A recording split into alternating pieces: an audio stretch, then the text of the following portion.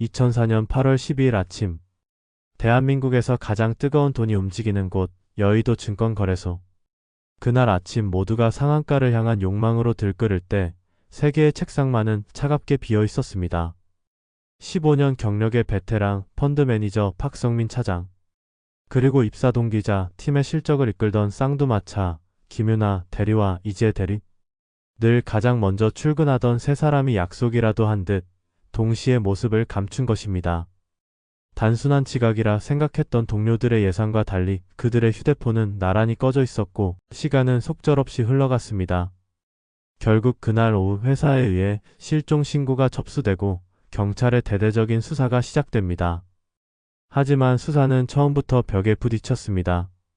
실종 직전까지도 세 사람은 평소와 다름없이 저녁 식사를 하고 다음 날의 미팅을 준비했으며 가족들에게 아무런 이상한 낌새도 보이지 않았습니다. 유서도 다툼의 흔적도 장기간 집을 비운 정황도 없었습니다. 그들은 마치 각자의 집을 나선 그 순간 세상에서 증발해버린 것 같았습니다. 사건이 미궁으로 빠져들던 그때 수사본부에 한 통의 기묘한 제보 전화가 걸려옵니다. 자신을 전직 사채업자라고 밝힌 의문의 남성. 그의 입에서 나온 이야기는 충격적이었습니다. 박성민 차장이 수십억 원의 사채를 끌어다 주가 조작에 손을 댔고 최근 큰 손실을 보자 비톡촉에 시달렸다. 두 여직원도 깊숙이 관련되어 있다. 단 한 통의 전화는 사건의 판도를 완전히 뒤집었습니다. 우리가 알던 성실한 증권맨들의 모습 뒤에 위험한, 작전에 가담한 또 다른 얼굴이 있었던 걸까요? 그들은 정말 감당할 수 없는 빚을 지고 모든 것을 버린 채 해외로 도피한 것일까요? 아니면 작전 세력의 너무 깊은 비밀을 알게 된 대가로 조직에게 제거당한 것일까요? 그로부터 20년의 세월이 흘렀습니다. 하지만 세 사람의 생사는 여전히 오리무중이고 남겨진 가족들의 시간은 2004년 8월에 멈춰 있습니다.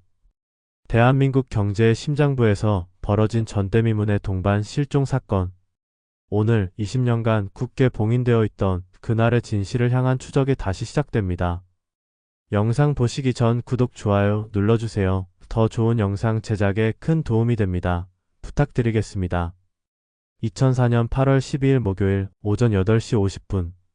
서울 여의도 증권거래소 객장은 개장을 불과 10분 앞두고 폭풍 전야와 같은 긴장감으로 가득했습니다.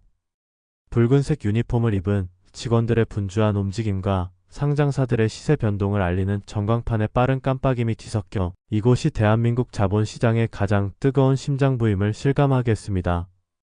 당시 종합주가지수는 연초 대비 가파른 상승세를 보이며 800선 돌파를 눈앞에 두고 있었고 그 열기를 증명하듯 객장은 수많은 투자자와 증권사 직원들로 발 디딜 틈이 없었습니다.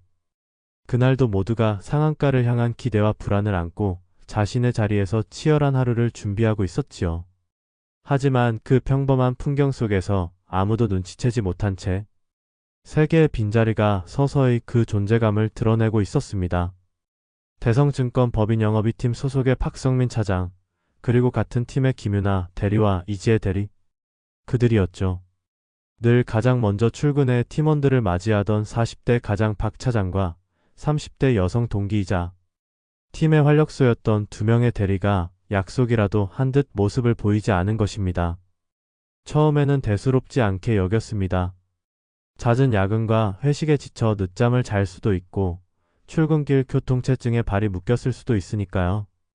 하지만 개장을 알리는 요란한 벨이 울리고 쉴 새 없이 전화벨이 울려대는 정신없는 오전이 지나도록 그들의 자리에는 온기가 돌지 않았습니다. 팀장의 수차례에 걸친 통화 시도에도 세 사람의 휴대폰은 모두 전원이 꺼져 있다는 안내 음성만 반복할 뿐이었습니다. 정오가 가까워질 무렵 팀원들의 표정에는 서서히 불안의 그림자가 드리워지기 시작했습니다. 세 사람이 동시에 아무런 연락도 없이 출근하지 않는 것은 전례가 없는 일이었기 때문입니다. 결국 그날 오후 회사 측은 경찰에 실종 신고를 접수하기에 이르렀습니다. 대한민국 경제의 중추에서 벌어진 전대미문의 동반 실종 사건은 그렇게 소리 없이 시작되고 있었습니다. 사건이 발생한 2004년은 대한민국 증권시장에 있어 격동의 시기였습니다. 2003년부터 이어진 경기 회복세와 외국인 투자, 자금의 대규모 유입으로 종합주가지수는 연일 상승 곡선을 그리고 있었습니다. 특히 IT 버블 붕괴의 상처가 아물고 새로운 기술주들이 시장을 주도하면서 개인 투자자들까지 주식 투자 열풍에 가세하며 증권가는 그야말로 활화산처럼 뜨거웠습니다. 대성증권 법인영업이팀은 이러한 시장의 흐름 속에서 가장 주목받는 팀 중 하나였습니다. 기관 투자자들을 상대로 대규모 자금을 운용하며 회사 전체의 실적을 견인하는 핵심 부서였지요. 실종된 박성민 차장은 15년 경력의 베테랑으로 보수적이지만 안정적인 투자 전략으로 고객들의 두터운 신임을 얻고 있었습니다.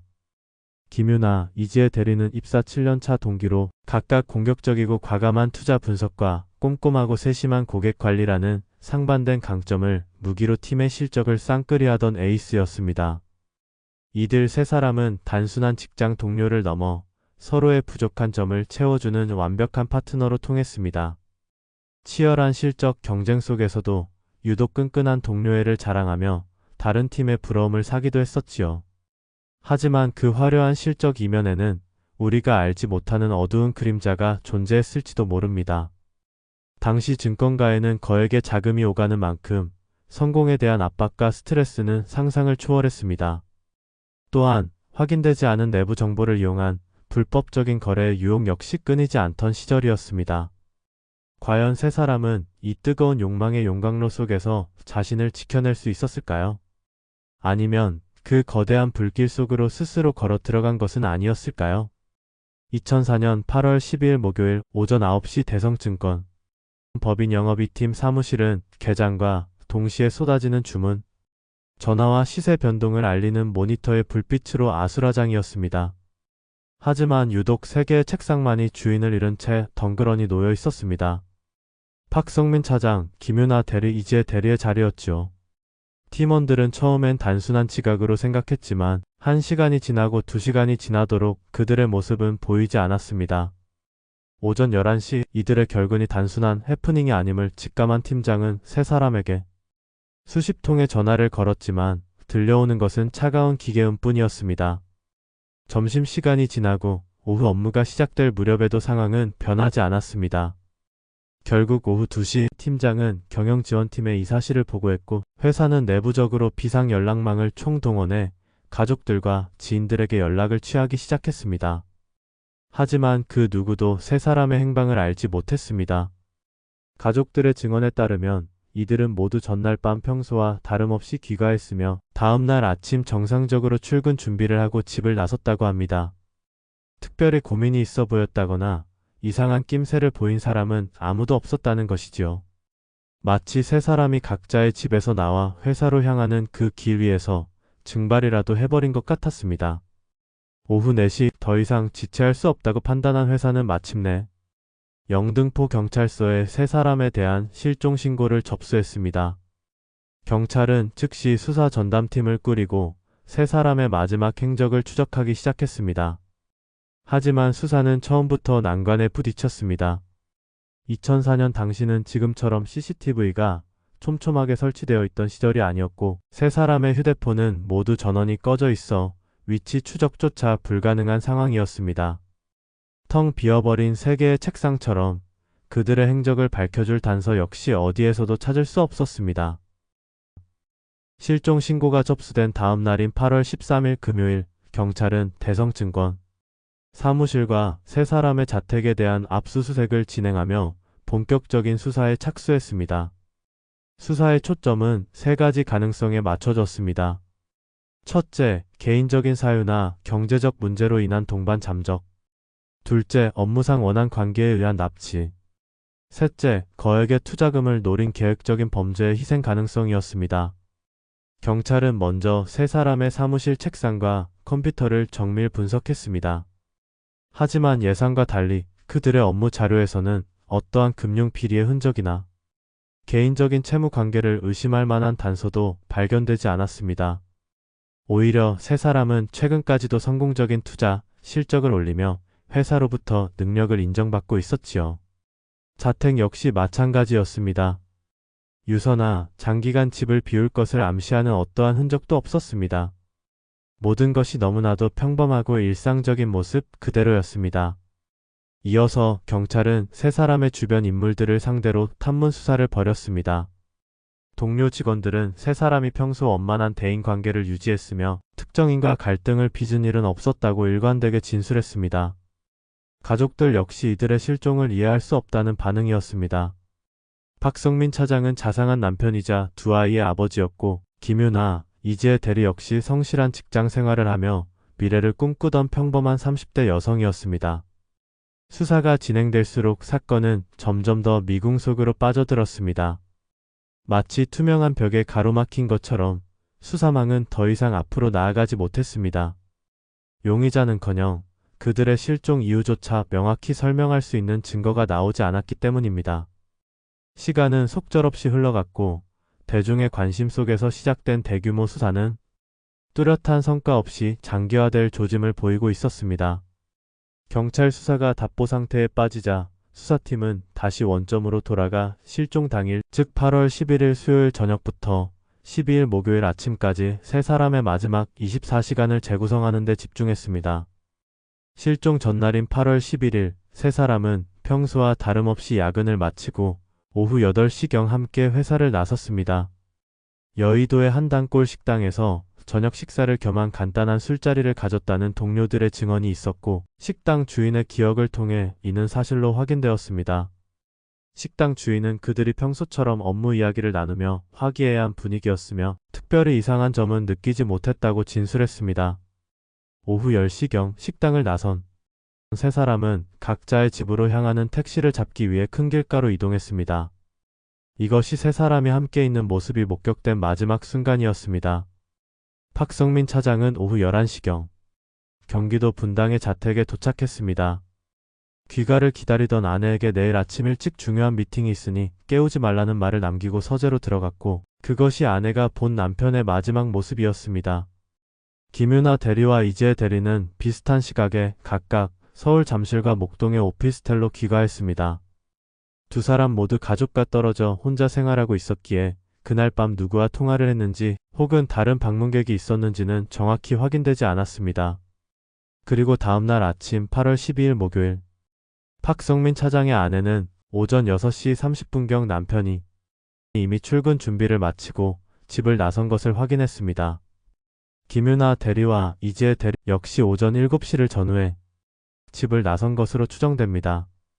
경비원과 이웃들의 증언에 따르면 그들은 모두 평소와 다름없는 옷차림의 서류 가방을 들고 있었다고 합니다. 하지만 그 후 증권거래소에 도착하기까지의 행적은 어디에서도 확인되지 않았습니다. 마치 약속이라도 한 듯 각자의 집을 나선 세 사람은 회사로 향하는 익숙한 그 길 위에서 감쪽같이 사라져버린 것입니다. 사건이 공개 수사로 전환되고 언론의 보도가 연일 이어지던 8월 말 영등포 경찰서 수사본부에 한 통의 익명 제보 전화가 걸려왔습니다. 자신을 전직 사채업자라고 밝힌 남성은 떨리는 목소리로 충격적인 이야기를 털어놓기 시작했습니다. 그는 실종된 박성민 차장이 거액의 사채를 끌어다 주식 투자를 했으며 최근 주가 하락으로 막대한 손실을 보자 빚톡족에 시달려왔다고 주장했습니다. 제보자는 박 차장이 자신뿐만 아니라 명동의 여러 사채업자들에게 돈을 빌렸고 그 규모가 수십억 원에 달할 것이라고 덧붙였습니다. 또한 그가 김유나, 이지혜 대리의 이름까지 거론하며 그들 역시 이 위험한 투자에 깊숙이 관여되어 있었다고 말했습니다. 제보 내용의 신빙성을 확인하기 위해 경찰은 즉시 박성민 차장의 금융 계좌를 재추적했습니다. 그 결과 제보자의 주장대로 박 차장의 개인 계좌에서 일반적인 급여, 생활자라고는 믿기 어려운 거액의 자금이 입출금된 정황이 포착되었습니다. 자금의 출처는 대부분 추적이 어려운 현금 거래였고 일부는 제3자의 차명 계좌를 통해 흘러들어온 것으로 확인되었습니다. 이 비밀스러운 자금은 모두 주식 투자에 사용되었지만 그들이 투자한 종목들은 대부분 상장 폐지 직전의 위험 종목, 이른바 작전주였습니다. 누군가의 계획 아래 조직적으로 주가를 조작하고 개미 투자자들에게 손실을 떠넘기는 범죄에 세 사람이 연루되었을 가능성이 제기되는 순간이었습니다. 경찰은 제보자가 언급한 명동 사채 시장을 중심으로 대대적인 탐문 수사를 벌였지만 이미 소문이 퍼진 탓인지 그 누구도 입을 열려 하지 않았습니다. 의문의 제보 전화는 그렇게 단 한 번으로 끝이 났고 제보자의 신원은 끝내 밝혀지지 않았습니다. 이 제보는 사건의 실마리를 제공하는 결정적인 단서였을까요? 아니면 수사를 혼란에 빠뜨리기 위한 누군가의 교묘한 함정이었을까요? 비밀 제보를 통해 수사는 새로운 국면을 맞이하는 듯했지만 사건은 여전히 풀리지 않는 의문점들로 가득했습니다. 첫째, 세 사람이 정말로 작전 세력에 연루되었다면 그들은 왜 함께 사라져야만 했을까요? 주가 조작이 실패하여 거액의 빚을 지게 되었다면 동반 잠적보다는 각자의 방식으로 해결책을 찾는 것이 더 일반적입니다. 마치 사전에 계획된 것처럼 동시에 자취를 감춘 것은 단순한 채무 문제로 설명하기 어려운 부분입니다. 둘째, 그들의 실종이 타의에 의한 납치나 살해라면 범인들은 왜 아무런 요구도 하지 않았을까요? 시신이나 유류품 같은 결정적인 증거가 발견되지 않은 점도 이례적입니다. 3명의 성인을 대낮에, 그것도 대한민국 심장부인 서울 한복판에서 흔적도 없이 사라지게 하는 것은 보통의 범죄 조직으로서도 쉬운 일이 아닙니다.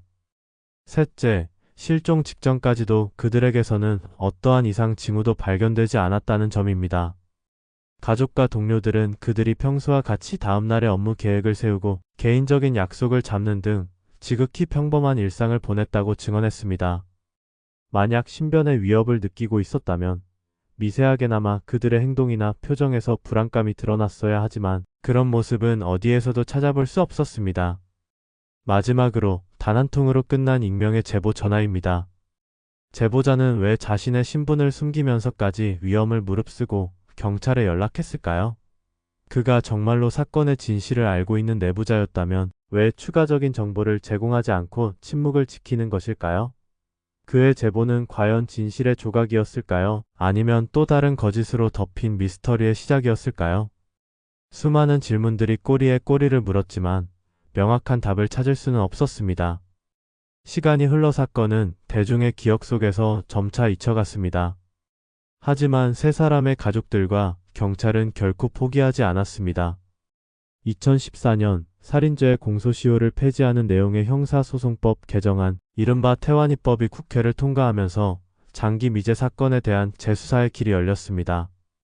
이에 서울지방경찰청 미제 사건 전담 수사팀은 2015년 여의도 증권맨 동반 실종 사건의 수사 기록을 다시 꺼내 들었습니다.